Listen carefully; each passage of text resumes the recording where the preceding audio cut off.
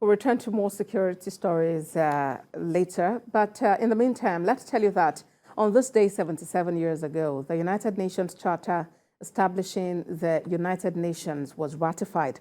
With that in mind, the United Nations Office of the Resident and Humanitarian Coordinator is commemorating the day in Nigeria, reaffirming its support for the country in ending all forms of unrest and the impact of climate change. Moya Thomas reports. The United Nations was established after the Second World War for three main reasons: to promote international peace and security, to promote the well-being of the people, and to promote good relations among member states. The acting resident coordinator acknowledges the challenges in maintaining peace around the world. It is also concerned about Nigeria, which is still battling an insurgency and other criminal acts by non-state actors. He calls on all players to put an end to all forms of suffering.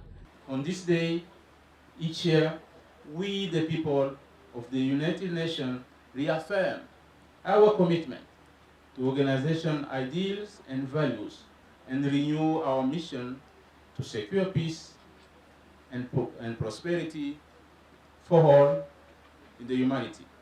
To commemorate the day at the UN headquarters, students from some private secondary schools were invited to learn more about the United Nations as its different agencies held an exhibition. The exhibition presented an opportunity for the students to ask questions. So please, what is female FGM? Okay. FGM stands for female genital mutilation, and it involves any harm or any cutting or narrowing done to the female genital part that is for non-medical reasons. With the challenge of flooding in the country, UN says it is collaborating with NEMA for the implementation of the Disaster Risk Management Plan, as it could lead to other outbreaks of waterborne diseases. There's a risk of outbreak, particularly the waterborne outbreaks such as cholera. And we already have our team on ground performing the risk assessment just to mitigate a bit the impact of those outbreaks should they occur. But we are very well aware. We are working closely with the government at the federal level and the state level, and in unison with other UN agencies. The UN says it will continue to ensure poverty is reduced and livelihoods improved as diseases thrive where poverty is present. Insecurity and natural disaster, most especially flooding at this time, is a major challenge Nigeria is grappling with. And the United Nations has used this day to also reaffirm its commitment to helping Nigeria overcome this challenge. Moya Thomas, TVC News, Abuja. To walk us through the importance of the United Nations Day, let's bring in the Chief of Field Office, UNICEF, Fung Nguyen, who joins us live via Zoom from Maiduguri. Thank you for joining us on TVC News at 7. It's another United Nations Day. How united really would you say the nations of the world are in achieving the common goals? Yes, thank you very much, and happy United Nations Day to you and the viewers. Indeed, I think, you know, the 193 member states have made huge progress since 1945 when the United Nations was established. We are at the forefront in terms of setting the agenda and also making sure that the challenges around peace and security, humanitarian needs, upholding international law and sustaining our development goals. I think we are moving the agenda very much forward. That's not to say that there are not challenges, and indeed there have been huge challenges since the finding or the establishment of the United Nations, such as COVID. And I think the United Nations have really band together to respond in the most rapid way possible, and that includes the vaccination of all women and men, and also adolescents. So I think we've achieved a lot.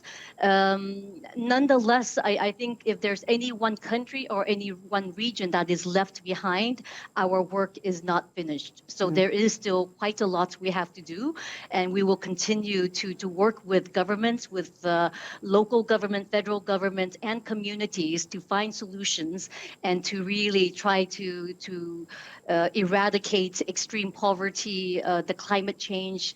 Many challenging issues are emerging, and we are finding solutions, and that's together with government and communities. All right, indeed, the world needs solutions, but also there are concerns about the strength of the United Nations, because some have come to refer to the UN as a toothless bulldog, because there really isn't statutory powers to take action on some issues, for instance, punishing violators in some instances.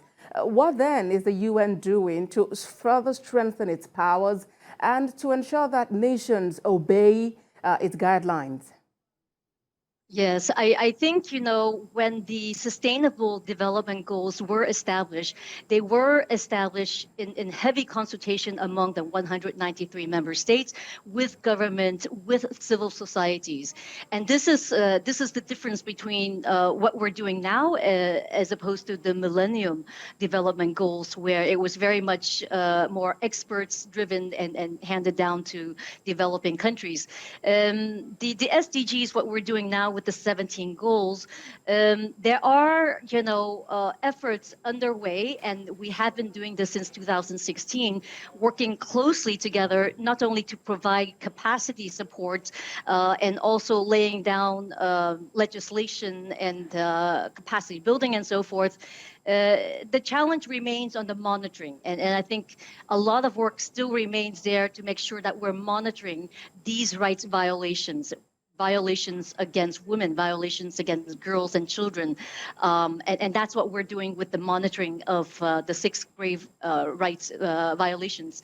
This is work in progress, but I think we have made a lot of headways.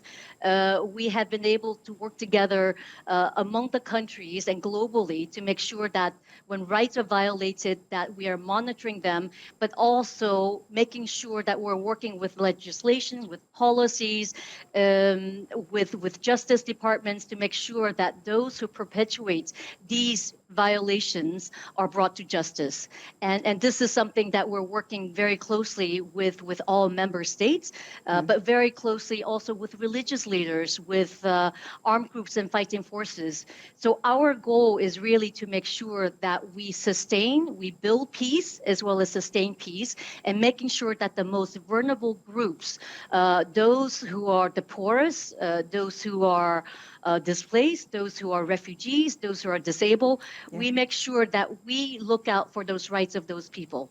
All right. And in the coming days, what is the strategy that the UN is putting in place to enforce its powers and to actually further enforce global cooperation? Because if you put into consideration, for instance, the conflict in Ukraine, I mean, it's affected millions of people. What is the UN doing?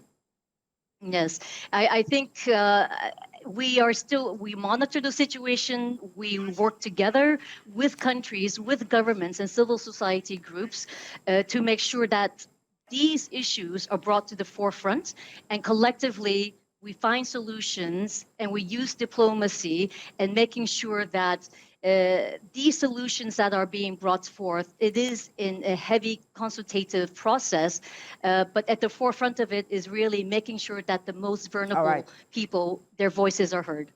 All right, Fung, I must sincerely appreciate you. Chief of Field Office, UNICEF, Fung Nguyen. Thank you for joining us on TVC News at 7. Thank you very much.